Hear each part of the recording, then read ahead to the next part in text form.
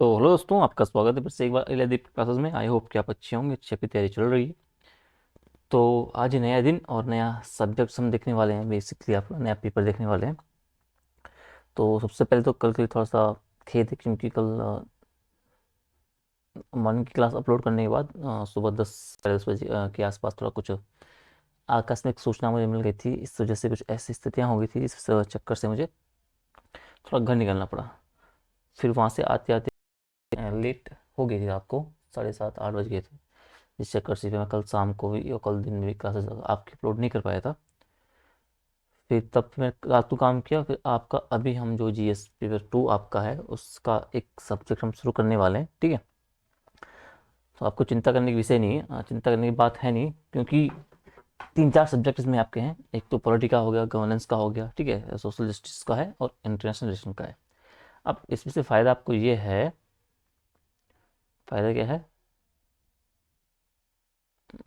फ़ायदा ये है कि हम्म इसमें कुछ टॉपिक्स ऐसे हैं जो हम पढ़ चुके हैं किसमें, एक्सेल अपने पेपर में।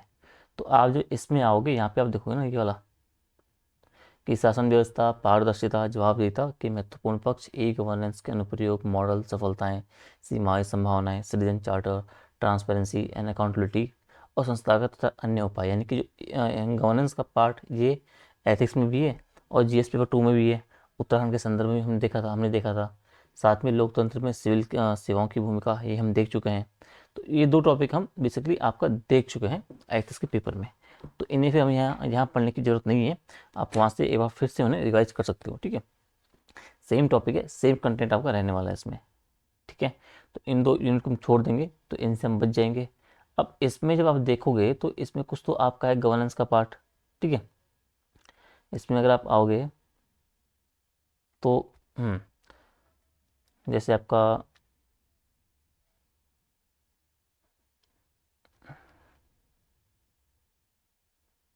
छोड़ो आप, ठीक है। पहले हम ये करते हैं कि पहले क्या करते हैं, पहले हम देखते हैं आपका इंटरनेशनल रिलेशन, आपका जो अंतर्राष्ट्रीय संबंध है, हम वो देखते हैं। क्योंकि ये वाला आपका सब्जेक्ट जो है आपके लिए नया है।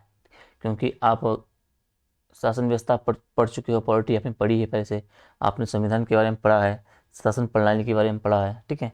सामाजिक न्याय के कुछ ना कुछ आपके टॉपिक जो हैं, आप उनके बारे में जानते ही होंगे। जैसे कि आपका गरीबी और भूख से संबंधित आपके टॉपिक हो गए, स्वास्थ्य, शिक्षा, मानव संसाधन से संबंधित आपके सामाजिक क्षेत्र सेवाओं के लिए विकास और प्रबंधन से संबंधित विषय आपके हो गए, ठीक है। तो इनको हम छोड़ देते हैं पहले। अभी की क्लास हम जो आपकी इंटरनेशनल रिलेशन है, उस पर फोकस करते हैं। तो एक क्लास में हमारा अभी है आईआर निपट जाएगा, ठीक है। फिर दिन की और शाम की क्लास हम आपका पॉलिटी का शुरू कर लेंगे, ठीक है। 2 टाइम पे आपकी पॉलिटी और आपका जो शासन प्रणाली वाला आपका, ये तीनों आपकी कोशिश करूँगा कि जो आपके शेष टॉपिक हैं उसमें आ जाए।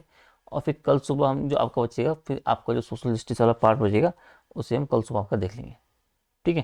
क्योंकि आईआर आपका थोड़ा एक नया सब्जेक्ट है, तो उसे थोड़ा देखेंगे तो चीज़ें, मतलब कुछ बच्चे ऐसे होंगे जिन्होंने पढ़ा नहीं होगा, ठीक है, उस स्तर पे कि मेंस में आप लिख पाओ।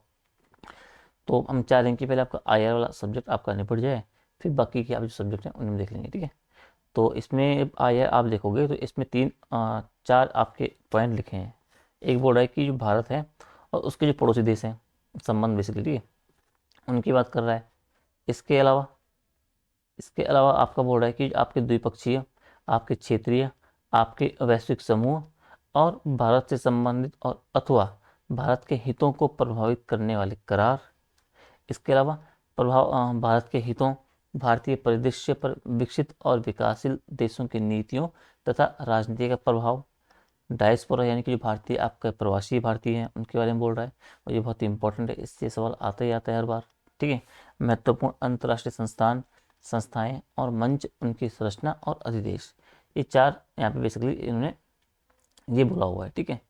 अब इसमें क्या करेंगे, कुछ तो मेरे नोट्स बने हुए हैं भाई, उन्हें देखेंगे हम, ठीक है। और इसके अलावा फिर मैंने पूरा उसका जो कंटेंट है बेसिकली वो मैंने ऊपर इसमें एक पीडीएफ के लिए इसमें तैयार कर लिया है। फिर उन्हें हम यहाँ से देख लेंगे, कुछ जो चीज़ें बचेंगी आपकी, ठीक है। अब ये 4 इसमें यूनिट है, ठीक है। अब आईआर अगर मैं आपको बोलूँ, आईआर का जो सब्जेक्ट बेसिकली है, तो इसमें 2 चीज़ें आपको पढ़नी पड़ती है। जो आपके सवाल बनते हैं 2 तरीके से बनते हैं। एक बनेगा आपका करंट वाला हिस्सा, ठीक है, और एक बनता है आपका स्टैटिक पार्ट। यानी सब्जेक्ट का जो कोर विषय आपका है उसे आपको पढ़ना पड़ता है, ठीक है। और जो आपका करंट वाला पार्ट है कि आपके इंटरनेशनल रिलेशन से चीज़ें जो करंट में चल रही है, किसी देश के साथ तनाव आपका चल रहा है, कोई संस्था आपकी चर्चा में बनी हुई बेसिकली, तो उस संबंध में आपके सवाल बन सकता है, या फिर इन दोनों को पूछ के आपका एक मिक्स सवाल आपका बन सकता है। तो हम पहले आपका जो कोर पार्ट है, स्टैटिक पार्ट, वो देखेंगे, और उसके बाद जो करंट के टॉपिक हैं, तो करंट में आपको क्या चीज़ें ध्यान रखनी है, ठीक है। करंट में आपको ये देखना है कि किस देश का भारत से तनाव चल रहा है, किस क्या चीज़ें बिगड़ी हुई है, कौन सी संस्था चर्चा में है, ठीक है, उसमें भारत का भूमिका क्या है बेसिकली। तो उस पर्सपेक्टिव से आप ध्यान रखोगे तो आपको जो IR के सवाल हैं आपके इजी हो जाएंगे, और आपको एक आइडिया मिल जाएगा कि सवाल बेसिकली आपके बनने वाले कहाँ से हैं, ठीक है। तो आपको थोड़ा कोर अपना पढ़ लेना अच्छे से, आपके सिद्धांत वगैरह को अच्छे से रट के चले जाने, और जो करंट का आपको देखते रहना है कि करंट में कौन कौन से देश चर्चा में है, या कौन सी न्यूज़ बेसिकली आपका IR रिलेशन के संबंध में आपकी चर्चा में है। तो पहले हम ऐसे आपको ये आपको टॉपिक देखते हैं, जो आपके कोर सब्जेक्ट हैं वो देखते हैं। उसके बाद हम क्या करेंगे, आपका जो वाला पार्ट है कौन सा बाकी वाला पोर्सन है, फिर हम वो देखेंगे, ठीक है। अब इसमें आपको एक तो गुजरात सिद्धांत आप पढ़ लो भाई, ठीक है। 19 इसका कि गुजरात सिद्धांत के 4 स्तंभ है। एक तो गैर पारस्परिकता की बात करता है, एक हस्तक्षेप की बात करता है, एक विवादों को सौहार्दपूर्ण ढंग से हल करने की बात बोलता है, और एक व्यापक क्षेत्रीय सहयोग की बात करता है, ठीक है। इनकी तत्काल लाभ की उम्मीद किए बिना भारत क्या है, सहायता करता है, रियायत देता है, विश्वास प्लस सद्भावना का विकास करता है। और हस्तक्षेप की बात करता है कि पड़ोसी देश की संप्रभुता की सम्मान बेसिकली भारत करता है, और आंतरिक मामले में हस्तक्षेप से बचता है। अगला बोल रहा है कि पड़ोसियों के साथ जो संबंध है उनको शांतिपूर्ण बातचीत और कूटनीति से हल करने की उसका एक विचार रखता है भाई, उसमें विश्वास करता है। भारत क्या है, जो साझा समृद्धि के उद्देश्य हैं, आर्थिक एकीकरण और जो सदस्यों को बेसिकली बढ़ावा देने के लिए क्षेत्रीय पहलों में अपना बना हुआ है, संलग्न है। तो आपको गुजरात सिद्धांत में इन 4 स्तंभों को जानते रहना है। पड़ोसी प्रथम नीति की बात हम करेंगे, ठीक है। तो पड़ोसी प्रथम नीति का उद्देश्य क्या है, आपको जो पारस्परिक रूप से बेसिकली आपको जो लाभकारी जन उन्मुख आपके क्षेत्रीय ढांचे के माध्यम से क्या है, आपको स्थिरता और समृद्धि को आपको बढ़ावा देना है। यह एक परामर्शकारी गैर पारस्परिक और जो परिणाम उन्मुख दृष्टिकोण का उपयोग करके बेसिकली पड़ोसी देशों के साथ आपको जुड़ाव को प्राथमिकता देना है। अब भारत के पड़ोसी जैसे देश आपके यानी कि जो भारत के मतलब पड़ोसी देश हैं, उनमें आपको पड़ोसी प्रथम नीति उनके निकट जो आपके जैसे अफगानिस्तान, बांग्लादेश, श्रीलंका, नेपाल, म्यांमार, मालदीव, पाकिस्तान के साथ क्या है, संबंधों के प्रबंधन के प्रति उसके दृष्टिकोण का मार्गदर्शन करती है। तो ये इंपॉर्टेंट है, ये तो आपको पढ़ लेना है गुजरात सिद्धांत को। आपको पड़ोसी प्रथम नीति आपका है, जो पहले लुक ईस्ट नीति थी, उसकी जो एक्ट ईस्ट नीति की आपकी जो करंट में आ गई है वो आपको दिखनी है, ठीक है। इसके अलावा अच्छा आगे आ गई है। इसके अलावा ये देखो, पड़ोसी प्रथम नीति का हिस्सा है कि इसका उद्देश्य क्या है, अन्य तथ्यों के साथ साथ क्या है, पूरे क्षेत्र के भौतिक, डिजिटल और जो लोगों के बीच संपर्क को बढ़ावा देने से आपका उसके साथ ही क्या है, व्यापार को बढ़ाना है और वाणिज्य को आपको बढ़ावा देना है। अब इस नीति के 4 स्तंभ हैं। एक तो पड़ोसी देशों के लिए क्या आप राजनयिक और राजनीतिक आप प्राथमिकता दोगे भाई, आप इन देशों के विकास के लिए सक्रिय समर्थन दोगे, और क्षेत्र में अधिक से अधिक संपर्क और एकीकरण स्थापित करोगे, और जहां पड़ोसी आपके सहज हो, भारत के नेतृत्व वाले क्षेत्रवाद को आपको बढ़ावा देना है। अब ये एक्ट ईस्ट पॉलिसी के हैं। तो पहले जो आपकी लुक ईस्ट पॉलिसी थी उसी का संस्कृत मतलब एक संस्कृति जो रूप आपका है, एक मॉडिफाइड रूप है आपका एक्ट ईस्ट पॉलिसी आपकी है, यानी जो आपका दक्षिण पूर्वी एशियाई क्षेत्र बेसिकली है, ठीक है। दक्षिण पूर्वी एशिया समझ लो ना, अगर ये भारत है तो ये पूर्वी, ये दक्षिण, तो ये आपके जो क्षेत्र में आपके जो भारत के जो आपके देश हैं उनके साथ संबंधों को आपको और मजबूत करने के उद्देश्य से 1992 में बेसिकली क्या है, ये शुरू की गई थी, ठीक है।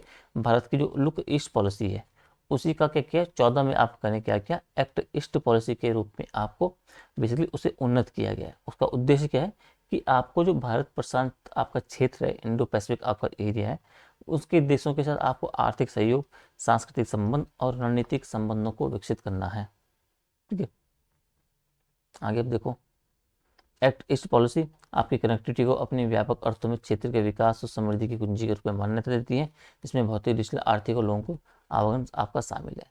और बेसिकली इसे आप थोड़ा सा देख लेना, ठीक है, ये इंपॉर्टेंट है काफ़ी।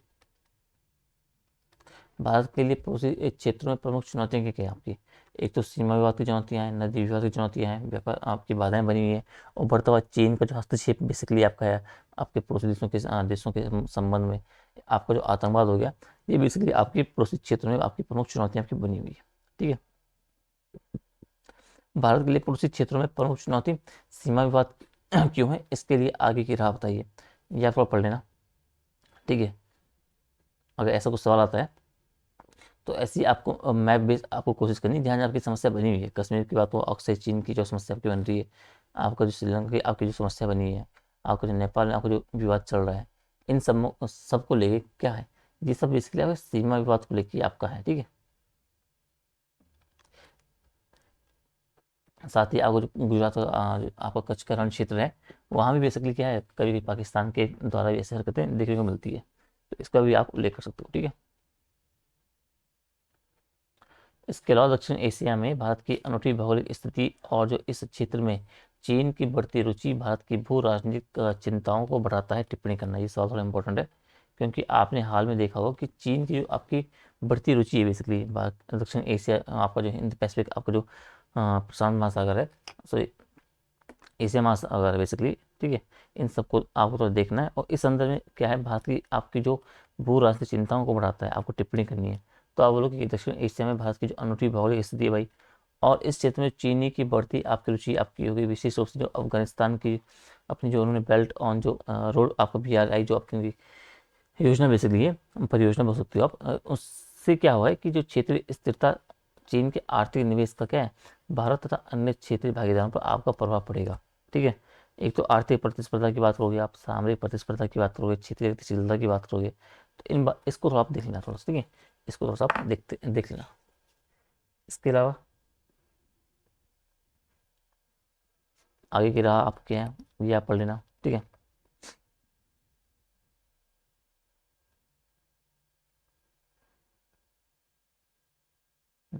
ये पूरा सवाल बहुत इंपॉर्टेंट है, इसे थोड़ा सा आप देख लेना। ठीक है,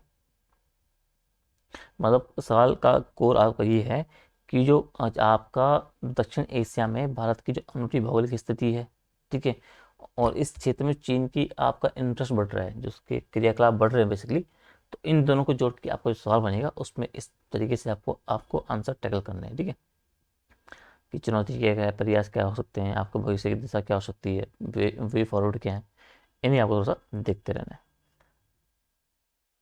अब भारतीय विदेश नीति के आपके आधारभूत सिद्धांत की बात करता है, तो हमारा गुटनिरपेक्ष भाई, हम गुटनिरपेक्ष हमारी एक आधार सिद्धांत है। पंचशील और शांतिपूर्ण आपका जो अस्तित्व की बात करता है, यानी कि वस्तु कुटुंब की आप बात करोगे। आप औपनिवेशिक शोषण तंत्र का विरोध करते हो भाई, आप निर्यातीय आधार विभेद का प्रति आप विरोध करते हो। विदेशी आपकी जो आर्थिक सहायता पर तो आपकी रणनीति आपकी बनी रहती है। संयुक्त राष्ट्र संघ का समर्थन करते हो, अंतर्राष्ट्रीय विवादों का शांतिपूर्ण समाधान करने में विश्वास करते हो। गुजरात सिद्धांत आपका जो है परमाणु शक्ति के विकल्प का आपका जो प्रभावी उपयोग है। तो ये आपके 8-9 पॉइंट क्या हैं आपके, ये आपकी विदेश नीति के आधारभूत सिद्धांत है।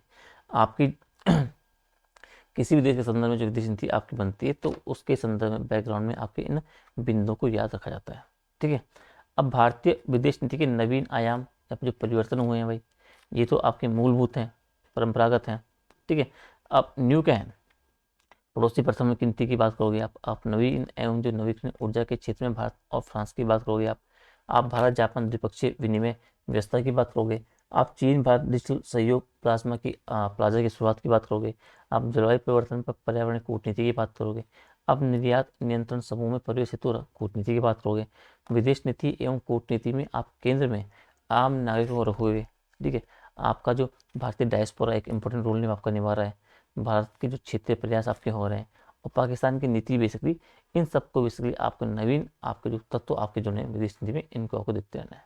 ठीक है, अब उसके अलावा करना क्या है कि का भारत के जितने भी पड़ोसी देश आपके हो गए, ठीक है, और जो इम्पोर्टेंट आपका देश चर्चा में है भारत का जो आपका बना हुआ है, ठीक है, आपको जब आप तैयार करोगे कंटेंट, तो आपको उन दोनों के बीच के संबंध को आपको एक पेज में आपको नोट डाउन कर देना है। अब जैसे भारत पाकिस्तान का मुद्दा बना रहता है, तो भारत पाकिस्तान को लेके, भारत चीन को लेके, भारत नेपाल को लेके, भारत श्रीलंका, भारत बांग्लादेश, भारत मालदीव, भारत अमेरिका, भारत ऑस्ट्रेलिया, जो प्रमुख प्रमुख और कुछ देश हैं, उनके साथ आपको इस तरीके से आपको करना है कि ऐसे कंटेंट आपको तैयार कर लेना है जो आपके एग्जाम के टाइम पे आपके लिए बहुत रिविजन का काम बहुत हेल्पफुल आप करेगा। तो आप बोलोगे कि भारत पाकिस्तान के संबंध के प्रमुख मुद्दे क्या हैं भाई, आप सीमा विवाद के यहाँ पर उल्लेख कर लो, कश्मीर में जो आपका क्षेत्र चल रहा है, ठीक है, आपका सियाचिन में जो चल रहा है, सीमा कंकन नहीं हुआ, हताहतों की संख्या बढ़ती रहती है, चीन पाक आर्थिक गलियारे की बात आप करोगे, आप सर क्रीक क्षेत्र की बात करोगे, आप गिलगिट बाल्टिस्तान का जो मुद्दा बना हुआ है, तो ये बेसिकली क्या है, ये आपके सीमा विवाद के मुद्दे हैं, असममित मुद्दे भाई। पाकिस्तान का क्या है, कश्मीर को अस्थिर करने हेतु आतंकवाद का प्रयोग किया जा रहा है। चीन पाकिस्तान जो आपका सदाबहार मित्र की बात आप करोगे, कि दो मोर्चों पर आपका संघर्ष संभावना है भाई, कि भारत चीन सीमा ने उत्तर पश्चिम और उत्तर पूर्वी सीमाओं के, अगर जो इन संबंध में आप देखोगे, जो आपकी चीन पाकिस्तान की सवाल मित्रता बढ़ी है, तो उससे आपके क्या है, दो मोर्चों पे आपकी संघर्ष संभावना आपकी जाग गई है।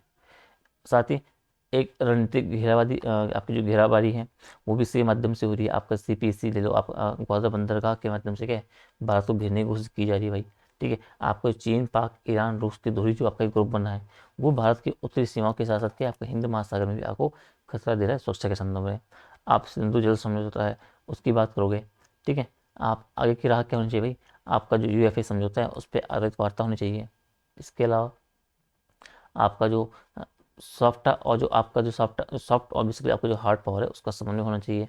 आपका अंतर्राष्ट्रीय दबाव बना सकते हो भाई, FATF इनके माध्यम से। जैसे मोहब्बत से आपको निदान की बात कर रहा है, एक वैश्विक आतंकवादी घोषित करना, इस संगठन को कमजोर करने के लिए काम करना, ठीक है। अब पाकिस्तान की जो बिगड़ती अर्थव्यवस्था है उसका क्या प्रभाव पड़ेगा भारत में, और जो आपका सिंधु जल समझौता उसकी मात्रा दे रही है। तो कहने का मतलब ये है कि आपको करना ऐसा है कि जो आपके भारत और उसके जो पड़ोसी आपके देश हैं, वो और जो इम्पोर्टेंट देश हैं जो चर्चा में बने हुए हैं भारत के संदर्भ में, उन दोनों को लेके आपको इस तरीके से कंटेंट तैयार कर लेना है जो आपके एग्जाम से ठीक पहले आपका रिवीजन का काम करेगा। अब इससे किस भी तरह से आपका सवाल बनेगा भारत पाकिस्तान पे, तो आप उसे सॉल्व कर पाओगे। ये आपकी कोर बातें हो जाएगी, आपका स्टैटिक पार्ट हो जाएगा, ठीक है। ये आपका करंट का मुद्दा चल रहा है भाई, कि जो पाकिस्तान की अब बिगड़ती अर्थव्यवस्था को आप ले लो, ठीक है। आपका जो सिंधु जल समझौता आपका चर्चा में था बीच में, उसकी बात ले लो। तो इस तरीके से आप क्या है, IR को थोड़ा सा और बेहतर ढंग से आप तैयार करके चल सकते हो, ठीक है। वैसे ये भारत बांग्लादेश का है, मैं अभी PDF अपलोड कर लूँगा, आप उसे वैसे देख लेना, ठीक है। और वैसे ही आपका ये भारत नेपाल का संबंध है, ये भी आप थोड़ा देख लेना, ठीक है। मैं बाकी मुझे PDF मिल नहीं पाई, मुझे काफ़ी 6-7 PDF थी है ना, मैं कुछ पेजेस थे जिसमें बाकी देशों के साथ भी था, तो वो मिल नहीं पाई। तो इन देशों का ही हमें मिला है, तो मैंने इनको आपको PDF दे दी है, ठीक है। बाकी आओ खुद से आप तैयार करना, ठीक है। अब आप कंटेंट पे आओ भाई, इसी में काफ़ी काफ़ी टाइम लग गया आपका, ठीक है। तो वही आपके चार आपका जो है, इससे हम थोड़ा सा देखते हैं इंपॉर्टेंट कौन कौन से, ठीक है। अब कुछ स्टैटिक पार्ट है भाई, कि भाई ठीक है, मूल अवधारणा आप देख लो भाई, कि फॉरेन पॉलिसी मतलब क्या है, नेशनल इंटरेस्ट मतलब क्या होता है, डिप्लोमेसी मतलब क्या है, बैलेंस ऑफ पावर मतलब क्या है, कलेक्टिव सिक्योरिटी मतलब क्या है। तो ये आप थोड़ा सा पढ़ लेना, ठीक है। भारत की विदेश नीति के मूल तत्व तो हमने ऊपर देखा भी, Panchsheel, non alignment movement, strategic autonomy आपका हो गया, look east act east policy आपका हो गया, कुटुंबकन की बात आपकी हो गई, आपका सागर विजन क्या है, आपका security and growth for all in the region, हिंद महासागर नीति की बात करोगे आप, कनेक्ट सेंट्रल एशिया पॉलिसी आपकी हो गई, मध्य एशिया से ऊर्जा सुरक्षा कनेक्टिविटी को आपको बढ़ाना, इसकी बात आपकी हो गई, ठीक है, ठीक है। तो ये आपको मूल जो आपकी तत्व बेसिकली है परंपरागत, इन्हें आपको थोड़ा सा ध्यान रखना है। अब भारत की विदेश नीति का ऐतिहासिक विकास कैसे हुआ भाई, आपका 62 तक आप आओगे नेहरू जी के एरा में, तो आपकी कूटनिरपेक्षता रही है, शांति शास्त्र रहा है, पंचशील नाम का नेतृत्व आपका जो रहा है, ठीक है। उसके बाद 62 से 71 आप आओगे, तो चीन युद्ध के बाद यथार्थवादी दृष्टिकोण अपनाया गया, रक्षा पर जोर दिया गया, USSR से आपकी जो ट्रीटी ऑफ पीस आपकी 71 वाली, इस पर आप जोर दोगे। 71 से 91 के बीच आपका जो है, यानी कि जो आपका शीतकालीन के बाद का जो आपकी स्थिति रही है भाई, तो बांग्लादेश से आपको जो युद्ध आपका संबंधी बात कहोगे आप, शीत युद्ध की राजनीति बोलोगे, नाम की जो प्रासंगिकता इस बीच आपकी रही है। 2000 से 14 के बीच क्या हुआ आपका, परमाणु समझौते आपके, लोग ईस्ट पॉलिसी आपकी, एनर्जी सिक्योरिटी आपकी, इन्हीं की आप बात करोगे। और 14 के बाद अब तब क्या है, आपकी जो नेबरहुड फर्स्ट की बात आप करते हो, एक्ट ईस्ट की बात करते हो, इंडो पैसिफिक में आपकी चीज़ें आपकी चल रही हैं, डिजिटल एंड जो आपका डेवलपमेंट डिप्लोमेसी आपकी रही है, इनको थोड़ा सा आपको देखते हुए चलना है। ये आपके कालखंड बेसिकली आपके रहे हैं, ऐतिहासिक विकास का आपका क्रम रहा है, ठीक है। अब प्रमुख अंतर्राष्ट्रीय संगठन और संगठन और भारत की भूमिका, ये हम आगे देखेंगे, ठीक है। क्षेत्रीय समूह, इन्हें आप थोड़ा सा देख लेना, सार्क, बिम्स्टेक, इनमें यह कि जो आपकी समूह चर्चा में जिनका सम्मेलन हुआ है हाल ही में, भारत ने इन ऑर्गेनाइज किया है या भारत का उसमें भूमिका रही है, तो उन सम्मेलन आपको संगठनों को बेसिकली आपको थोड़ा सा समूह को आप पढ़ के आपको जानना है, उससे आपका सीधे सवाल आपका बन सकता है, ठीक है। तो यहाँ पढ़ लेना भारत की सुरक्षा एवं रणनीतिक अवधारणाएं। तो न्यूक्लियर आपका भी हम अभी आगे देखेंगे, ठीक है। आपकी जो maritime security, internal energy security, आपका साइबर डाटा डिप्लोमेसी, भारत के जो पड़ोसी क्षेत्रीय परिप्रेक्ष्य की बात होगी तो साउथ एशिया की बात होगी आप उसमें, ये भी आप थोड़ा देख लेना, स्टडी फोकस आप कर रहा है, ठीक है। भारत की प्रमुख संधियां समझौता सिद्धांत ये हम नीचे भी देखने होते हैं, फिर भी आप यहाँ पे देख लो थोड़ा सा।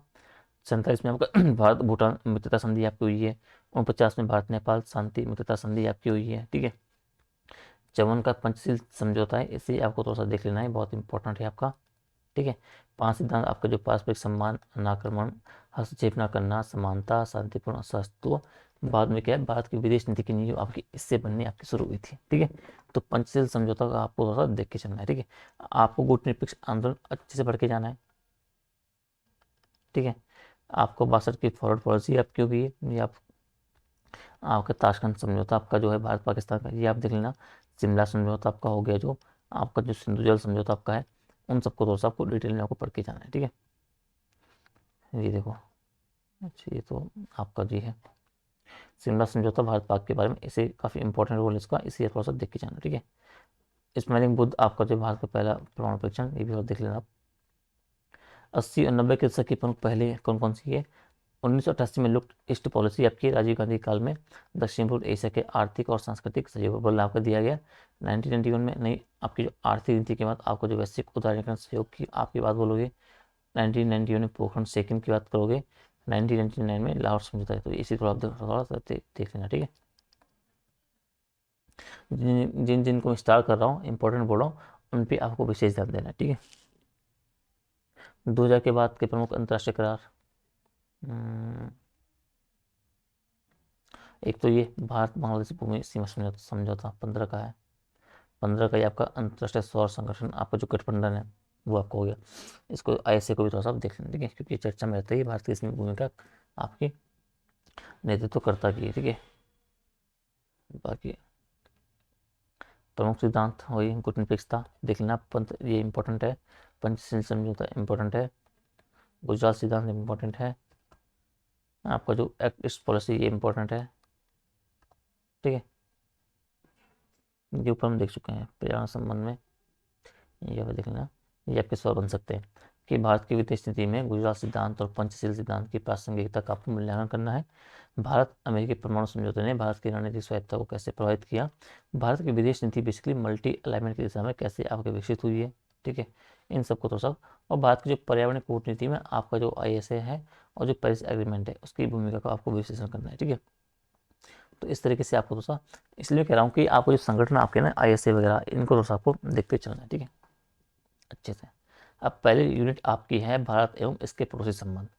इसमें आपका वही देखना, एक तो कोर पार्ट जो मैंने कहा था कि आपको तैयार करने भाई भारत और स्पेसिफिक देश के संदर्भ में, वो आपको देखना है। उसके साथ जो आपको देखना है कि करंट में क्या इशू चल रहा है पड़ोसी संबंध को लेके, किस देश के साथ चल रहा है, तो वहाँ से आपके सवाल बनने के चांसेस आपके ज़्यादा रहते हैं, ठीक है। तो वही कि आपका प्रमुख शक्ति केंद्र है भारत और एशिया का, आपकी सीमाएं साथ से रखती है पाकिस्तान, चीन, नेपाल, भूटान, आप बांग्लादेश, म्यांमार और अफगानिस्तान, ठीक है, साथ ही श्रीलंका और मालदीव। तो इनको तो आपको देखते चलना है कि भारत का इन देशों के साथ क्या संबंध बने हुए हैं वर्तमान समय में, ठीक है। तो इसको आपको थोड़ा सा देखना है। अब संबंध की आप बात करोगे तो पाकिस्तान भाई वही आतंकवाद और सीमा पर घुसपैठ आपकी हो रही है, कश्मीर विवाद आपका चल रहा है, व्यापारिक संबंध निलंबित आपके हो चुके हैं 19 के बाद। आपका जो करतारपुर कॉरिडोर एक पॉजिटिव आपकी पहल आपकी रही है। रिसेंट डेवलपमेंट आपका कोई द्विपक्षीय वार्ता नहीं चल रही है। FATF से पाकिस्तान को निकाल दिया गया है। LOC पर सीज फायर एग्रीमेंट आपका 21 में जो हुआ है। इंडिया का अप्रोच क्या है कि वाई टेरर एंड जो talks can not be together, ये साथ में हो सकते हैं, ठीक है, हमारी ये अप्रोच है भाई। लेकिन मानवता और धर्म स्थलों के लिए संवाद के द्वार आप खुले हैं, ठीक है। तो पाकिस्तान के संदर्भ में आपकी ये आपकी स्थिति है। बाकी आपको उस तरीके से तैयार करना है। चीन के साथ क्या है, सीमा विवाद चल रहा है भाई, LAC में चल रहा है, डोकलाम में सदर का आपका विवाद हुआ था। गलवान 20 में आपकी जो घटना आपकी हुई थी, व्यापार असंतुलन आपका चीन के पक्ष में आपका बना हुआ है। बेल्ट एंड रोड आपका जो इनिशिएटिव है उसमें भारत शामिल नहीं है, उसका विरोध भी करता है, जो आपके भारत की सीमा और देशों से आपके जो गुजर रहा है। इंडो पैसिफिक रीजन में आपकी प्रतिष्ठा बढ़ रही है, ठीक है। आपके देखोगे कॉपरेशन में, ब्रिक्स में आप शामिल हो, आप SCO में शामिल हो, आप RIC में समूह में आपका सहयोग बना हुआ है, ठीक है। आर्थिक परस्पर निर्भरता की बात होगा तो चीन क्या है, चीन भारत का आपका दूसरा सबसे बड़ा व्यापारिक भागीदार बना हुआ है। तो मतलब बोलो चाहे कितना भी, लेकिन आप भारत जो है चीन पे बहुत डिपेंडेंट है वर्तमान टाइम पे। ठीक है, इंडिया अप्रोच करना चाहिए कि आपका कॉपरेशन एंड आपका जो कंपटीशन है वो साइमल्टेनियसली की बात करता है, एक साथ की शांतिपूर्ण सीमा की बात करता है, लेकिन आपका रणनीतिक सावधानी आपको बरतनी है। नेपाल के साथ आप देखो भाई, सीमावर्त आपका जो काला पानी, आपका जो लंबिया दर्रा, आपका जो क्षेत्र है उसमें चल रहा है। आपका 15 के जो नाकेबंद से, जो आपकी जो 15 आपके नाकेबंदी हुई थी, उससे आपके आपके तनाव आपके बने हुए हैं। चीन का बढ़ता जो प्रभाव इस क्षेत्र में, वो भी एक चिंता का विषय आपके लिए बना हुआ है। सांस्कृतिक धार्मिक निकटता की बात होगी, आप जो आपका रामायण सर्किट आपका बना है, बौद्ध सर्किट आपका बना है, उत्तराखंड के पर्सपेक्टिव से ये है, जो नेपाल के साथ आपका एक सांस्कृतिक धार्मिक निकटता आपका है। बिहार के संदर्भ में रोटी बेटी का आपका रिश्ता है भाई। ठीक है, बिजली व्यापार खुली सीमा नीति, यह सब आपको देखने को मिल रही है। करंट आपका जो विकास क्या हुआ है कि भारत नेपाल विद्युत व्यापार समझौते आपके 23 में हुआ है, और ट्रांजिट एंड जो कनेक्टिविटी प्रोजेक्ट आपका अंडर BBIN भी आपका चल रहा है।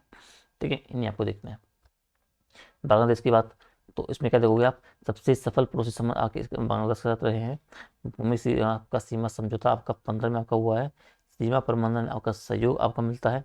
ठीक है, इशू क्या है, एक तो आपका अवैध जो आपका आवर्जन आपका जो प्रवासन हो रहा है वहाँ से, जो आपका नदी जल जो आपका है उसकी चुनौती बनी हुई है, और रोहिंग्या शरणार्थी जो संकट है, ये बेसिकली आपके करंट के इशू बांग्लादेश के संदर्भ में आपको देखने को मिल रहे हैं।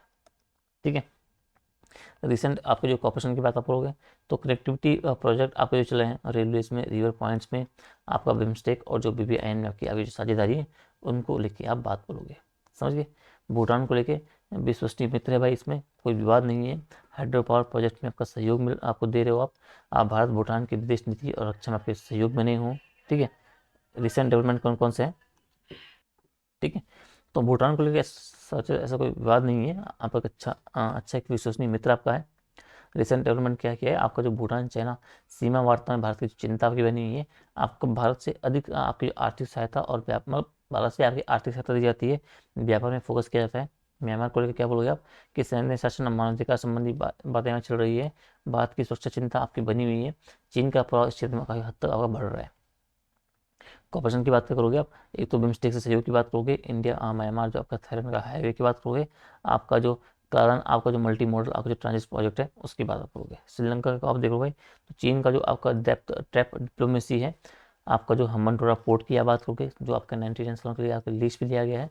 आपका तमिल जो एथनिक आपको जो इशू आपका चलता ही है भारत के संदर्भ में, और जो आर्थिक संकट वहाँ पे आया था 22-23 का, वो भी थोड़ा सा आपका इशू वहाँ पे चल रहा है। इंडिया का रोल क्या है भाई, इंडिया ने लगभग $4 बिलियन की सहायता दी है। आपका इंफ्रास्ट्रक्चर, आपका जो रिन्यूएबल आपका जो एनर्जी प्रोजेक्ट चल रहे हैं, और सागर विजन में आपका अहम साझेदार आपका श्रीलंका बना हुआ है। मालदीव के बारे में अभी कुछ टाइम पहले आपसे वहाँ आपका इंडिया आउट अभियान चला था, चीन के साथ आपका वहाँ का संबंध बढ़ रहा है। हालांकि उसके बाद वहाँ के राष्ट्रपति क्या है, इंडिया में भी कुछ मंथ पहले आपके आए थे। ठीक है, आपका डिफेंस, आपका जो कोस्टल आपका जो रडार सिस्टम है, इस पर कॉपरेशन चल रहा है। आपका जो लाइन ऑफ क्रेडिट प्रोजेक्ट आपका चल रहा है। आपका जो ह्यूमैनिटेरियन आपका जो असिस्टेंट बेसिकली है कोविड या सुनामी को लेकर भी आपके प्रयास में आप करते हो। तो ये आपके कुछ देश आपके आसपास के उनके क्या आपके अभी करंट के संबंध बने हुए, इन्हें आपको थोड़ा सा आपको देखते आपको चलना है। ठीक है, अगर किसी भी देश पे आपको लिखने को आ गया, तो आप इनको बेस बना के आप एक अपना आंसर शुरू कर सकते हो। ठीक है, अब जो रीजनल फ्रेमवर्क बेसिकली बोल सकते हैं, जो ग्रुपिंग की बात आप करोगे, सार्क की बात आप करो भाई, तो एक रीजनल आपका जो कॉपरेशन वाला आपका पर्पस के लिए आपका बना है। इंडिया का रोल क्या है, आपका जो एक जो पाकिस्तानी आपका जो फैक्टर है, वहाँ से आपको थोड़ा सा इंपॉर्टेंस का रोल आपको हो जाता है इंडिया के संदर्भ में, सार्क के संदर्भ में। बिम्स्टेक की बात करो, आपका जो बैंक ऑफ बंगाल कॉर्पोरेशन है, तो एक्टिव फोकस आपकी कनेक्टिविटी भी आपकी है। ठीक है, आपका जो सागर ये थोड़ा नया है, इसमें आपका जो स्टैटिक विजन आपका है, आपका जो इंडो पैसिफिक आपका जो रीजन है उसमें आपको। ठीक है, आपका मुख्य आयाम आपका क्या होता है कि एक तो सिक्योरिटी डायमेंशन को लेके, इकोनॉमिक डायमेंशन को लेके, कल्चरल, जियो पॉलिटिकल बेसिकली आपका इंस्टीट्यूशनल डायमेंशन क्या आपका। ठीक है, तो सिक्योरिटी में सीमा प्रबंधन, आतंकवाद, ड्रग तस्करी, समुद्री सुरक्षा को लेके। इकोनॉमिक आप देखोगे तो व्यापार, ऊर्जा, सहयोग, कनेक्टिविटी को लेके। कल्चर आपका जो ऐतिहासिक, धार्मिक और जनसंपर्क को लेके, इसे आपको थोड़ा सा देखते रहना है। सवाल क्या बनेगा कि भारत की आपके जो नेबर फर्स्ट पॉलिसी बेसिकली है, उसकी सफलता और चुनौतियों को आपको मूल्यांकन करना है। आप लोगों की भारत चीन संबंधों में आर्थिक सहयोग और जो रणनीतिक प्रतिस्पर्धा के बीच आपको संतुलन आपको चर्चा करनी है। ठीक है, भारत नेपाल संबंधों के 12 उत्पन्न तनाव के मूल कारणों की सीमा आपको समीक्षा करनी है। भारत पाकिस्तान संबंधों के बार बार या बने हुए तनावों के मूल कारणों की आपको समीक्षा करनी है। समझिए, तो ये इसे आपको थोड़ा सा देखते रहना है। वे फॉरवर्ड क्या है भाई कि आपको क्षेत्रीय कनेक्टिविटी फोकस करना है, लोगों से, लोगों के संपर्क को आगे बढ़ाना है भाई, आपको सीमा पार आतंकवाद को सख्त रुख आपको अपनाना है। अभी कल देखा ना कि दिल्ली में एक विस्फोट हुआ, तो अभी तो शुरुआती ऐसे बोला कि सीएनजी पे विस्फोट जो हुआ, बट जितना अगर उसके विस्फोट की आप अगर प्रभावशीलता देखो, जिस व्यापक लास्ट पे जो विस्फोट हुआ है उसका इम्पैक्ट पड़ा है, तो उसकी जो एक लिंक है कहीं ना कहीं आपका जो आपका जो आतंकवादी घटना है, एक उससे आपका लिंक जोड़ने को आपको मिल रहा है। दिन में कुछ गिरफ्तारी आपकी हुई थी, कुछ आपके गन्स वगैरह कुछ डिस्क मिला था आपका, और शाम को ही आपके क्या हो गए, विस्फोट आपका हो गया। तो आपका जो एक वे फॉरवर्ड में आपको सीमा पर क्या है, उसके पार आपका आतंकवाद शत्रु को आपको अपनाना है भाई। आपको जो सॉफ्ट पावर संस्कृति योग शिक्षा, इस पे भी आपको अच्छा खासा फोकस आपको करना है। ठीक है, तो ये आपका पहले यूनिट थी बेसिकली, इसमें आपको ये सब जानने होते हैं। सेकेंड आपका है कि जो द्विपक्षीय क्षेत्रीय और जो वैश्विक समूह आपकी है, जो भारत से संबंधित और जो अथवा भारत के हितों को प्रभावित करने वाले करार, ये आपको पढ़ना है। इसमें आप तो पहले देखो भाई कि भारत और जो अंतर्राष्ट्रीय समूह बेसिकली है, जो आपके करार की आप बात करोगे, आपके बायलैटरल, आपका रीजनल, आपका जो ग्लोबल या ग्रुपिंग एग्रीमेंट्स आपके हुए हैं।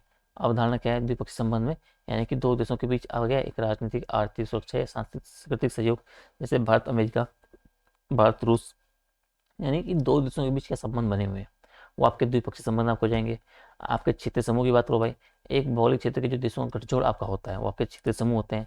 उसमें क्षेत्र के आर्थिक, उस क्षेत्र के रणनीतिक या क्षेत्र के सांस्कृतिक हित आपके जुड़े होते हैं।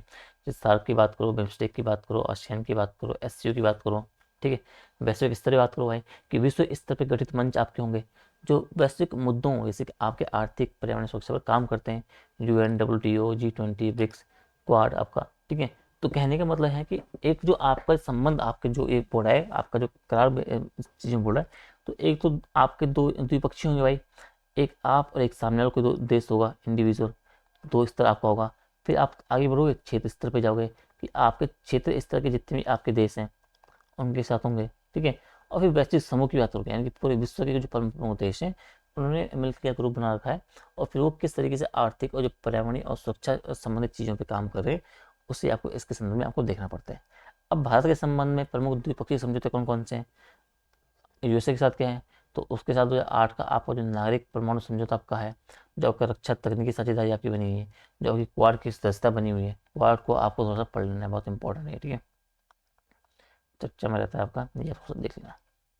व्यापार और निवेश समझौते आपके बने हुए हैं। रूस के साथ क्या है भाई, आपकी एक रणनीतिक साझेदारी जो है 2000 से, आपका जो रक्षा S-400 का आपको जो वहाँ से आपने आयात किया है, आपका ऊर्जा को लेके, अंतरिक्ष सहयोग को लेके आपकी चीज़ चल रही है। फ्रांस को लेके क्या द्विपक्षीय आपके संबंध है भाई, आपका जो राफेल डील की बात करोगे, आप समुद्री सुरक्षा की बात करोगे, आप जलवायु परिवर्तन की ISA की बात करोगे, आप परमाणु सुरक्षा की बात करोगे। जापान के साथ आपका जो बुलेट ट्रेन प्रोजेक्ट की बात करोगे, निवेश की बात करोगे, एक्ट ईस्ट पॉलिसी में आपकी साझेदारी की बात करोगे। ठीक है, ऑस्ट्रेलिया के साथ आपका जो कॉम्प्रिहेंसिव जो स्ट्रेटेजिक पार्टनरशिप आपके जो बीच की है, आपका जो क्वाड सहयोग आपका जो बना हुआ है, इसे आप देखोगे। वैसे भूटान, नेपाल, बांग्लादेश, इन सब के साथ आपको थोड़ा सा देखते चलना है। ठीक है, कि आपके क्या है, ये क्या है, ये आपके द्विपक्षीय समझौते बेसिकली क्या है, भारत और संबंधित आपके देश के हैं। ठीक है, अब क्षेत्रीय समूह जिनसे भारत आपको जुड़ा हुआ है भाई, आप सार्क की बात करोगे, 1985 में स्थापना है, दक्षिण एशियाई क्षेत्रीय सहयोग है।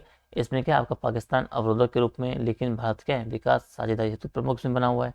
बिम्स्टेक की बात करोगे आप, 1997 में बंगाली खाड़ी सहयोग आप बोल सकते हो। सार्क का विकल्प, जब सार्क आपका ठंडा पड़ गया था तो बिम्स्टेक आपका उसके विकल्प रूप में काम हम लोग देखने को मिलता है। भारत की इसमें सक्रिय भूमिका आपको देखने को मिलती है, नेतृत्व की। आसियान की बात करोगे, 1967 का है भाई, दक्षिण पूर्व एशिया सहयोग पर फोकस करता है। एक्ट ईस्ट पॉलिसी के तहत क्या आपको व्यापार और सुरक्षा पे फोकस करता है। SCO की बात करो, सुरक्षा और आतंकवाद विरोध की बात करता है भाई, भारत के सत्र से इनके इसका सदस्य बना हुआ है। और चीन पाक के साथ आपका एक संवाद मंच के रूप में आपको इसे देखने को मिलता है। तो सार्क की बात हो, बिम्स्टेक, एशियन, SCO, चार इंपॉर्टेंट है। इनको आपको अपने स्तर पर डिटेल में देख के चलना है, एंड में हम देखेंगे, लेकिन फिर भी आपको थोड़ा सा देख जाना। ठीक है, बाकी ये भी देख लेना। ठीक है, इसमें भारत बाहर रह रहा है तो ये भी सब देख लीजिए। ठीक है, अब वैश्विक स्तर के संगठन, ये समूह, ये UN वगैरह, ये लास्ट में देखना है। ठीक है, इन्हीं में लास्ट में देखेंगे, ये इंपॉर्टेंट जितने भी समूह है ये लास्ट में आपको, क्योंकि आपका सिलेबस में आपका लिखा है ना ये यहाँ पे, महत्वपूर्ण अंतर्राष्ट्रीय संस्थाएं मंजूर उनकी संरचना, तो हम इसे लास्ट में आपको अपना तैयार कर रखा है, इसे वहाँ से देख लेंगे। ठीक है। जी। अब ऐसे करार जो भारत के हितों को प्रभावित करते हैं भाई, तो आपका डब्ल्यू ट्रिप्स एग्रीमेंट की बात आप करोगे, औषधि जो पेटेंट पर प्रभाव पड़ रहा है भारत को, जेनेरिक दवाओं के क्षेत्र में चुनौती मिल रही है इससे। आपका जो पेरिस क्लाइमेट आपका एग्रीमेंट 15 का है, भारत ने 2070 तक क्या है नेट जीरो का आपका लक्ष्य तय किया है। ऊर्जा नीति आपकी इससे प्रभावित हो रही है भाई। आपका जो न्यूक्लियर नॉन आपका जो प्रोजेक्ट आपका जो टीटी एनपीटी है भाई, परमाणु संबंधी चीज़ें आपकी जो है, भारत ने इस पर हस्ताक्षर नहीं किए भाई, लेकिन एनर्जी सहायता आपकी कोशिश की है। आपका जो ये है ना परमाणु संबंधी आपकी जो आपकी पॉलिसी रही है परमाणु हथियार को लेके, कि आप फर्स्ट यूज नहीं करोगे, ये सब को लेके, ठीक है। तो इसको आपको थोड़ा सा अच्छे से पढ़ के जाना है, ठीक है। ये काफ़ी इंपॉर्टेंट आपका है, ठीक है। अगला आपका है आरसीपी से बाहर रहने की बात कर रहा है, कि ये भी थोड़ा देखना, कुछ खास है नहीं वैसे। ये कुछ खास है नहीं, सब छोड़ सकता हूँ। बात के लिए इन सब रणनीतिक मत, ये भी छोड़ देना, मत पढ़ना, तो इसमें कुछ फायदा है नहीं वैसे।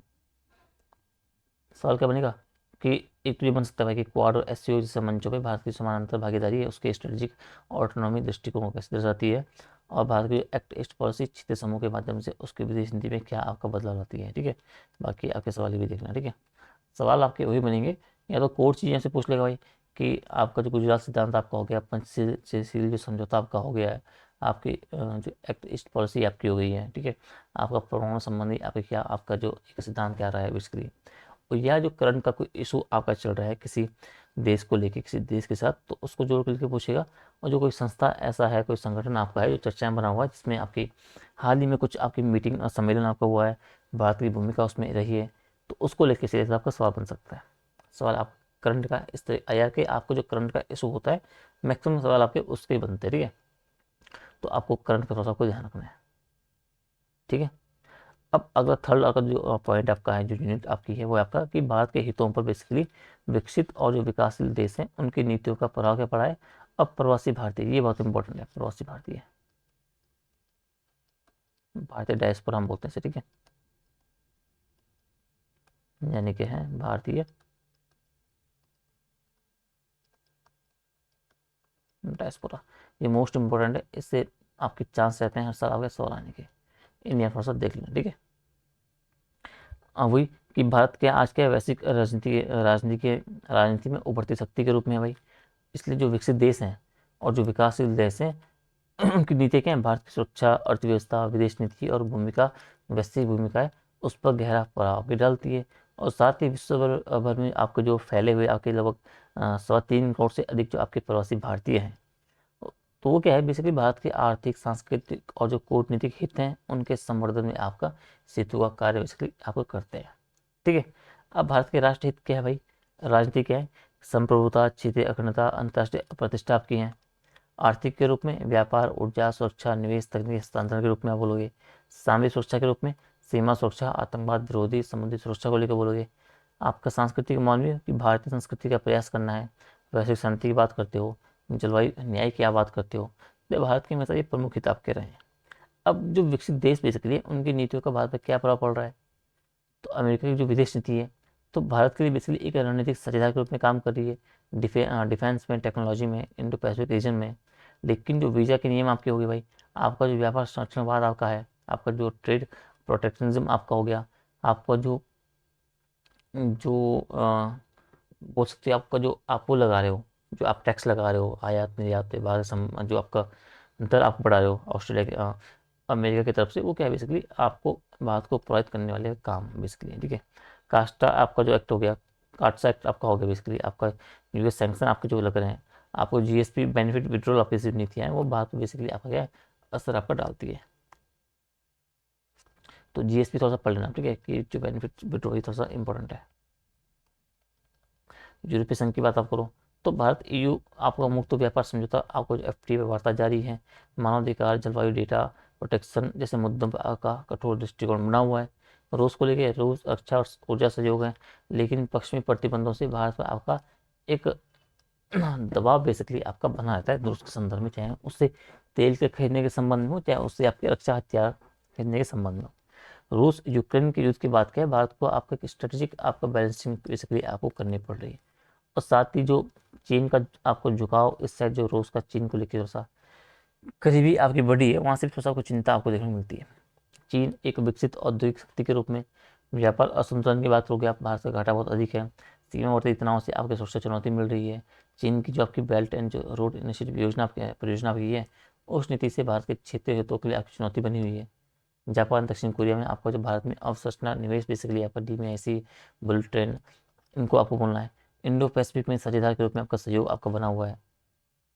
ठीक है, तो ये आपको थोड़ा सा देखते रहना है। ठीक है, ये भी आप थोड़ा सा देख लेना। और विकसित देश थे, ये आपके विकासशील देश आपके हैं। ठीक है, इनकी नीतियाँ क्या है।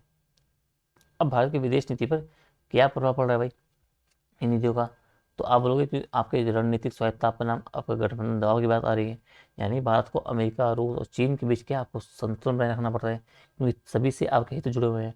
आप ऊर्जा सुरक्षा की बात करोगे तो पश्चिम एशिया, रूस और जो अफ्रीका की नीतियाँ बेसिकली है वो भारत की ऊर्जा आपूर्ति तय करती है। जवाहर नीति की बात आप करोगे तो विकसित देशों के जो नेट जीरो आपका हो गया, कार्बन टैक्स जैसी आपकी नीतियाँ होंगी, भारत के विकास को आपको प्रभावित कर रही है। ठीक है, तो इन्हें बेसिकली आपको थोड़ा सा देखना है। व्यापार नीति की बात हो चाहे आपका टेक्नोलॉजी ट्रांसफर की बात हो, तो इन्हें आपको थोड़ा सा देखते हुए चलना है। ठीक है,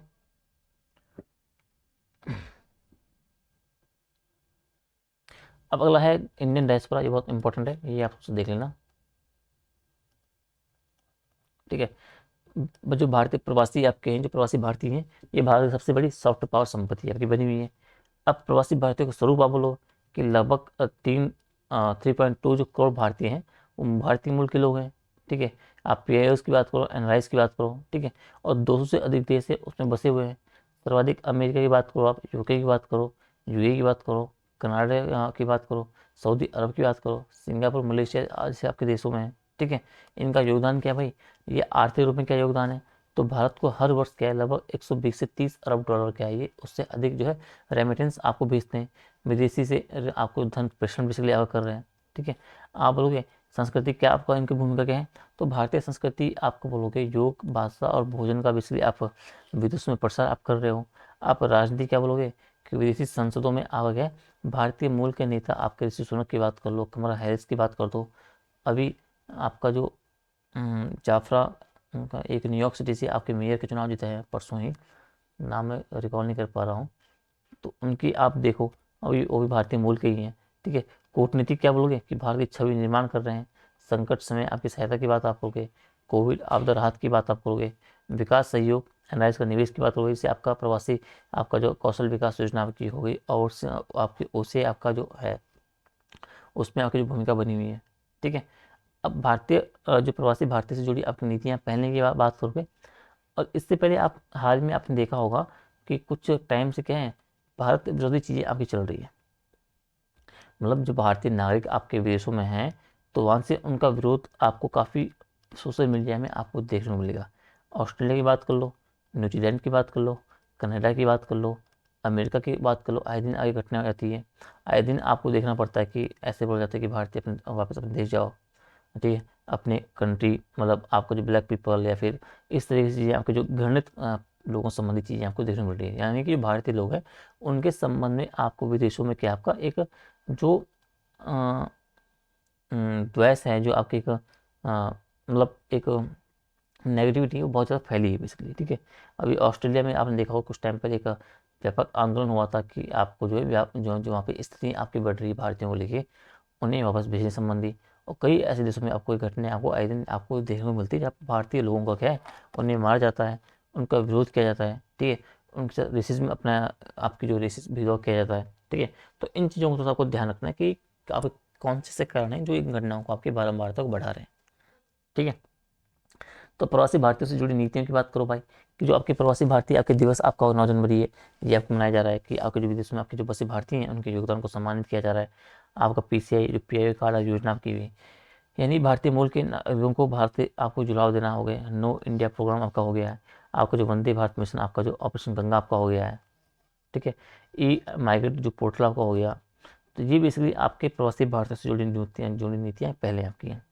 चैलेंज में आपको वही जो मैंने ऊपर कहा, आप चैलेंज में रखोगे कि विकसित देशों का संरक्षणवाद की बात बोलोगे, वीजा प्रतिबंध की आप बात बोलोगे, भारतीय IT पेशेवर पर आप असर की बात करोगे, आप विदेशी प्रतिबंध, रूस भारत व्यापार का जो असर आपका रहा है, वैश्विक आर्थिक अस्थिरता, तेल की कीमतों में उतार चढ़ाव से आपका इम्पैक्ट पड़ा है, प्रवासी भारतीयों की सुरक्षा, पश्चिम एशिया और अफ्रीका में संकट के समय खतरे की बात आप करोगे, आप ब्रेन डेड की बात करोगे, ब्रेन ड्रेन की बात आप करोगे, उच्च शिक्षित भारतीयों का जो पलायन बेसिकली हो रहा है उसकी आप बात करोगे, वो एक चिंता का विषय आपका बना हुआ है। अवसर और लाभ क्या है? एक तो ग्लोबल साउथ में आपके नेतृत्व की संभावना बनी हुई है, प्रवासी भारतीयों के माध्यम से क्या है, एक जो सॉफ्ट पावर डिप्लोमेसी है उससे आप बढ़ा सकते हो। आप डिजिटल इंडिया, स्टार्टअप इंडिया में निवेश आकर्षित कर सकते हो। आप इंडो पैसिफिक में समान विचारधारा वाले देशों से साझेदारी आप प्राप्त कर सकते हो। ठीक है, तो ये अवसर और लाभ के रूप में आपको चीज़ों को देखनी है। ठीक है, अब विकसित और विकासशील देशों की नीतियों की भारत के राष्ट्र हितों को किस प्रकार आगे प्रभावित करती है, आपको विवेचना करनी है। ठीक है, और वैश्वीकरण के इस युग में आपको भारत जो आपकी प्रवासी समुदाय है वो भारत की विदेश नीति का एक सशक्त उपकरण बन चुका है, आपको इस पर टिप्पणी करनी है। ठीक है, इन बातों को सबको देखते चलना है। ठीक है, ये आपका कंक्लूजन है कि भारत आज ग्लोबल साउथ और ग्लोबल नॉर्थ के बीच संतुलन साधने वाली एक विश्वसनीय शक्ति बनी है, और विकसित देशों के साथ आपका तकनीकी साझेदारी और विकासशील देशों के साथ आपका सहयोग दोनों ही भारत को विश्व गुरु की दिशा में आपके ले जा रहे हैं। ठीक है, तो इन्हें आपको थोड़ा सा देखना है। अब अंतिम चौथा जो यूनिट सब यूनिट आपकी है वो आपका है अंतर्राष्ट्रीय महत्वपूर्ण संस्थान आपके हैं, संगठन है और जो मंच आपके हैं। ठीक है, इसको पढ़ने के बाद मैं कुछ कोर आपको चीज़ें बोल दूंगा, उन पे आपको विशेष फोकस करना है। ठीक है, ठीक है, तो अब आपको जो आपके इंटरनेशनल आपके जो संस्थान आपके होंगे, आपकी जो एजेंसीज आपकी होगी, आपके जो फोरस आपके मंच वगैरह हो गए, इनको आपको देखना है। इनसे आपको सीधा सीधा सवाल बन सकता है, जो इम्पोर्टेंट है वही सवाल जो बनेगा, अगर जो आपको ये देखना है जो चर्चा में आपको जो संस्थान बना हुआ है जिसका हाल ही में कुछ सम्मेलन हुआ है, भारत की वहाँ भूमिका रही है। ठीक है, तो उसको लेकर चीज़ें आपको जोड़ के आपके सवाल बन सकता है। ठीक है, आप यूएन की बात करो तो स्थापना 45 में आपकी हुई है, आपका जो सेकेंड वर्ल्ड वॉर के बाद। ठीक है, मुख्यालय न्यूयॉर्क यूएसए में है। 193+ देश आपके इसमें शामिल हैं। उद्देश्य क्या है? विश्व शांति, सुरक्षा, मानवाधिकार, विकास और सहयोग को आपको बढ़ावा देना है। इसके मुख्य अंग 6 हैं भाई: महासभा, सुरक्षा परिषद, आर्थिक और सामाजिक परिषद, अंतर्राष्ट्रीय न्यायालय और सचिवालय। ठीक है, और ट्रस्टीशिप परिषद। भारत की भूमिका क्या रही है? एक तो संस्थापक सदस्य आपका रहा है, शांति सैनिक बल में आपके भारत आपका अग्रणी रहता है, यूएनएससी पर सुधार आपके तो आपका जो G4 सदस्य आपका जो है भारत, जर्मनी, जापान, ब्राजील, इसमें आपको भूमिका आपको देखने को मिल रही है। वर्तमान मुद्दे क्या है? आपको जो यूएनएससी सुधार, वीटो पावर की असमानता, विकासशील देशों का प्रतिनिधित्व आपका कम बना हुआ है, तो ये इसमें आपके वर्तमान के मुद्दे आपके बने हुए हैं। आपका जो संयुक्त राष्ट्र सुरक्षा परिषद की बात आप करोगे तो इसमें सदस्य आपके 15 देश हैं भाई, 5 स्थायी हैं आपके, USA, UK, France, Russia, China, plus 10 आपके स्थायी हैं जिसमें आपके भारत शामिल है। मतलब ठीक है, अधिदेश की बात करोगे आप तो विश्व शांति की बात करते हैं, सुरक्षा आपकी बनाए रखना, आपका प्रतिबंध लगाना, शांति मिशन की आप बात करोगे। ठीक है, वीटो पावर क्या है? वो केवल स्थायी सदस्यों के पास ही भाई।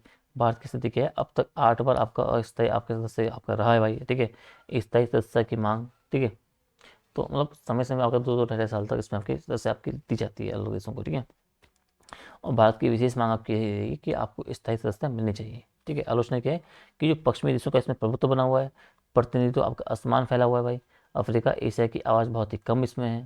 ठीक है, तो ये बेसिकली आपको इसमें जो है आलोचना इसकी बोली जाती है। WTO स्थापना 1995, आपका G80 से विकसित आपका हुआ है, मुख्यालय आपका जिनेवा स्विट्जरलैंड में है, 1964 देश इसमें शामिल हैं। अधिदेश के आपका मुक्त और निष्पक्ष अंतर्राष्ट्रीय आपके व्यापार को बढ़ावा देना है। मुख्य समझौते ट्रिप्स आपका हो गया, ट्रिम्स आपका हो गया, आपका GTS आपका EOC आपका हो गया, एग्रीमेंट और एग्रीकल्चर।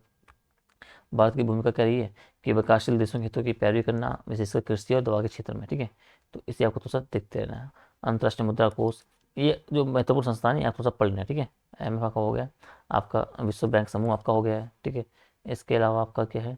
आपका G20 आपका हो गया है आपका ब्रिक्स आपका हो गया है। ठीक है, आपका संघ SCO आपका हो गया है, आपका आसियान आपका हो गया है, आपका ISA आपका हो गया है 10। ये 10 का इंपॉर्टेंट है। 11 ये भी इंपॉर्टेंट है, क्वाड बहुत ही तो मोस्ट इंपॉर्टेंट है, ये करना है आपको, ISA करना है। ठीक है, ये कुछ अतिरिक्त है, आप थोड़ा सा देख लेना आप। ठीक है, तो कहने का मतलब जो आपके महत्वपूर्ण संस्थान है इन्हें आपको थोड़ा सा देखे जाना है, इनके सारे आयाम को थोड़ा सा आपको पढ़ के जाना है, वहाँ से उम्मीद है आपको सवाल बन जाए। ठीक है, कि संयुक्त सुरक्षा आपका जो राष्ट्रीय सुरक्षा परिषद है इसमें सुधार की आवश्यकता क्यों है? क्योंकि आपका असमान वितरण बना हुआ है भाई, आपका पश्चिमी देशों का इसमें प्रभुत्व बना हुआ है, आपका जो अफ्रीका और एशिया की आवाज़ इस पे सुनी नहीं जाती है, उनका जो एक प्रतिभाग जिसमें प्रति आपको बोल सकते हो उनकी जो भूमिका है आपके सीमित स्तर पे है। ठीक है, तो इन्हें आपको तो सर देखते हुए चलना है। ठीक है, तो आपको आईआर में इन सब बातों को थोड़ा सा ध्यान रखना है। और इन सब, अगर आप कोर प्लस आईआर करंट को लेकर चलोगे तो आपका आईआर आपका तैयार हो जाएगा। ठीक है, तो कोर में कुछ आपको टॉपिक दे देता हूँ, ठीक है, उन पे आपको विशेष ध्यान देना है कोर के संदर्भ में। और आई आप जो करंट का भी हम करंट की क्लास अगर लेंगे तो उसमें कोई अगर कुछ ऐसा कंट्रीज या कोई सम्मेलन कोई ऐसा कुछ है, उसमें बोल दूंगा कि उस पर आपको विशेष फोकस करना है, वहाँ से आपका सवाल बन सकता है।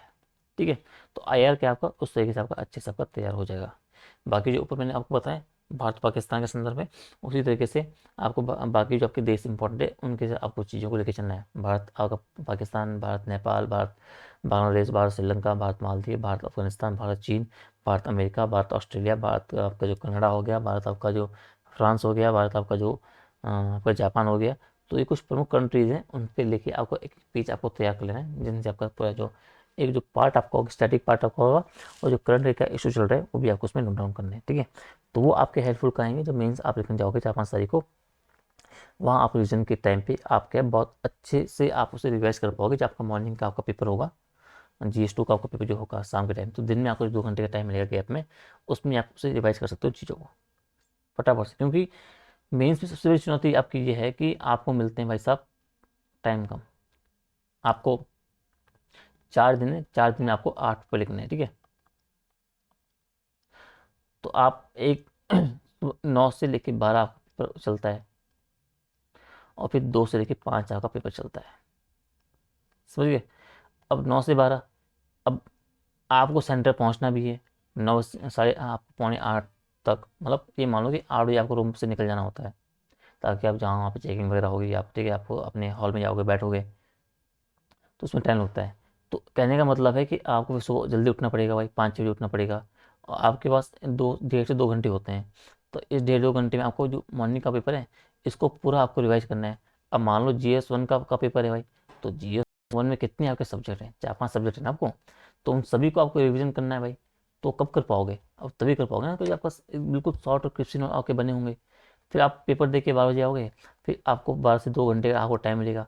अब इस बीच आपको लंच भी करना है, आपको जो सेकंड पेपर है उसके लिए आपको रिवीजन भी करना है। तो रिवीजन आप तभी कर पाओगे आपका जब आपका जो नोट्स होंगे उस आपके बिल्कुल क्रिप्सी होंगे, बिल्कुल शॉर्ट होंगे। ठीक है, और मान लो कि आप GS2 का पेपर आपको 2 बजे बाद है, तो अगर आप इस तरीके से अगर आपका 10-12 पेज क्या है बेसिकली आपके बने होंगे बिल्कुल बुलेट पॉइंट में, तो उनसे क्या होगा, आपको सभी आपको जो रिवीजन बेसिकली अच्छे तरीके से हो जाएगा, चीज़ें आप रिकॉल कर पाओगे। ठीक है, फिर आपको भागा दौड़ी नहीं करनी पड़ेगी। ठीक है, तो ऐसे ही आपके जो नोट्स हैं वो आप हर सब्जेक्ट के बारे में आपको करना पड़ता है। अब तो क्या टाइम नहीं है नोट्स मेकिंग का, लेकिन आप ये तैयारी करते हो नोट्स टाइम बनाने के टाइम पे, तो वहाँ पे आपको इन बातों में ध्यान रखना है कि नोट्स आपके इतने क्लिप्स हों, इतने शॉर्ट्स हों कि जो आपके थोड़ा सा हेल्पफुल रहे आपके रिविजन के टाइम पे। ठीक है, क्योंकि यहाँ आप इन 4 दिनों में आप मोटी मोटी किताबें, बाकी जो आपका जो बड़े बड़े बल्कि नोट्स हैं वो काम नहीं आते हैं, वहाँ पे आपके काम आते हैं बिल्कुल 5-10 पेज के बहुत ही आपके शॉर्ट नोट्स। ठीक है, तो ये आपको थोड़ा सा ध्यान रखना है। ठीक है, अब मैं आप लोगों को कुछ कोर टॉपिक दे देता हूँ, लेकिन जिन पे आपको विशेष फोकस करना है, जिनसे आपके हाई चांसेस हैं आपके सवाल आने के। ठीक है, ठीक है, तो ये कुछ टॉपिक मैंने यहाँ पे लिख दिए हैं। ठीक है, ये मानो कि बहुत इंपॉर्टेंट है, आपके सवाल जो आने वाले हैं इनमें से आपके सवाल कहीं ना कहीं आपके बन जाएंगे। पंचशील समझौता है, इससे आपको अच्छे से पढ़ के जाना है। गुजरात सिद्धांत को अच्छे से पढ़ के जाना है। आपको जो भारतीय डायस्पोरा का आयाम है इससे पढ़ के जाना है अच्छे से। आपको गुट निरपेक्ष आंदोलन की बात आप कर लो। आपको जो लुक ईस्ट, आपको जो एक्ट ईस्ट पॉलिसी आपकी है, आपको जो नेबर प्रथम पॉलिसी आपकी हो गई। ठीक है, आपको जो भारत का परमाणु सिद्धांत क्या रहा है, आपका UN में भारत की क्या भूमिका है, आपका जो क्वाड अभी 25 में भारत जो होस्ट करने वाला है उसे, ठीक है, क्वाड को देखना है। भारत ने भी हाल ही में जो कुछ आपके जो ऑपरेशन आपके चलाए हैं, आप चाहे ऑपरेशन राहत की बात करो, संकट मोचन की बात करो, वंदे भारत की बात करो, इन ऑपरेशन को भी आपको थोड़ा सा जानते जाना है। आपको ISA की भूमिका को देखनी है भारत के संदर्भ में, ये बहुत इंपॉर्टेंट है। ISA ना इंटरनेशनल जो आपका सोलर अलायंस आपका है। ठीक है, ब्रिक्स समिट अभी जो हुआ था 25 में आपका ब्राज़ील में, उसकी बात आपको करनी है। G20 को लेकर आपको चलना है। AI एक्शन समिट, ये आपको बहुत इंपॉर्टेंट है। ये ये इंडिया यूएस रिलेशन अभी जो इसके अंडर में आपके ट्रम्प के अंडर में, अभी जो ट्रम्प के माध्यम से जो टैरिफ आपका बहुत अच्छा खासा भारत पे लगाया गया था, उस पॉइंट ऑफ व्यू से आपको देखना है। और ग्लोबल साउथ लीडरशिप के संदर्भ में भारतीय भूमिका को लेके आपको थोड़ा सा चीज़ों को लेके चलना है। ऐसे ये बहुत इंपॉर्टेंट है, ये बहुत इंपॉर्टेंट है, क्वाड बहुत इंपॉर्टेंट है। ठीक है, तो ये करंट के इशू हो गए। और ये आपके स्टैटिक पार्ट जो शुरू किए आपके साथ, आपके जो पार्ट है 8 पार्ट है, सात आठ पार्ट है, ये आपके करंट के इशू है, इन्हें आपको देखते हुए चलना है, ठीक है। इनकी बहुत भूमिका है, तो इनसे उम्मीद करता हूँ कि आपके सवाल बन जाएंगे, ठीक है। बाकी अभी करंट अफेयर देखेंगे तो वहाँ कुछ टॉपिक जो होंगे तो मैं आपको कवर करवा दूंगा, ठीक है। तो IR में इतना ही है, ठीक है। आई होप कि चीज़ें आपको समझ आ गई होगी। अब जो दिन की क्लास, शाम की क्लास है, हम पॉलिटी का सेगमेंट है जो भारतीय संविधान और बाकी चीज़ें वो हम देखेंगे, ठीक है। तो मिलते हैं आपको दिन में, तब तक अपना ध्यान रखिए, अच्छे से तैयारी करिए। इसमें कोई डाउट वगैरह है तो कमेंट में और टेलीग्राम में आप कहीं भी पूछ सकते हो, ठीक है। तो आप वीडियो को लाइक कीजिए, चैनल को सब्सक्राइब करिए, मैक्सिमम बच्चों तक आपको वीडियो को शेयर करना है, कमेंट में अपने डाउट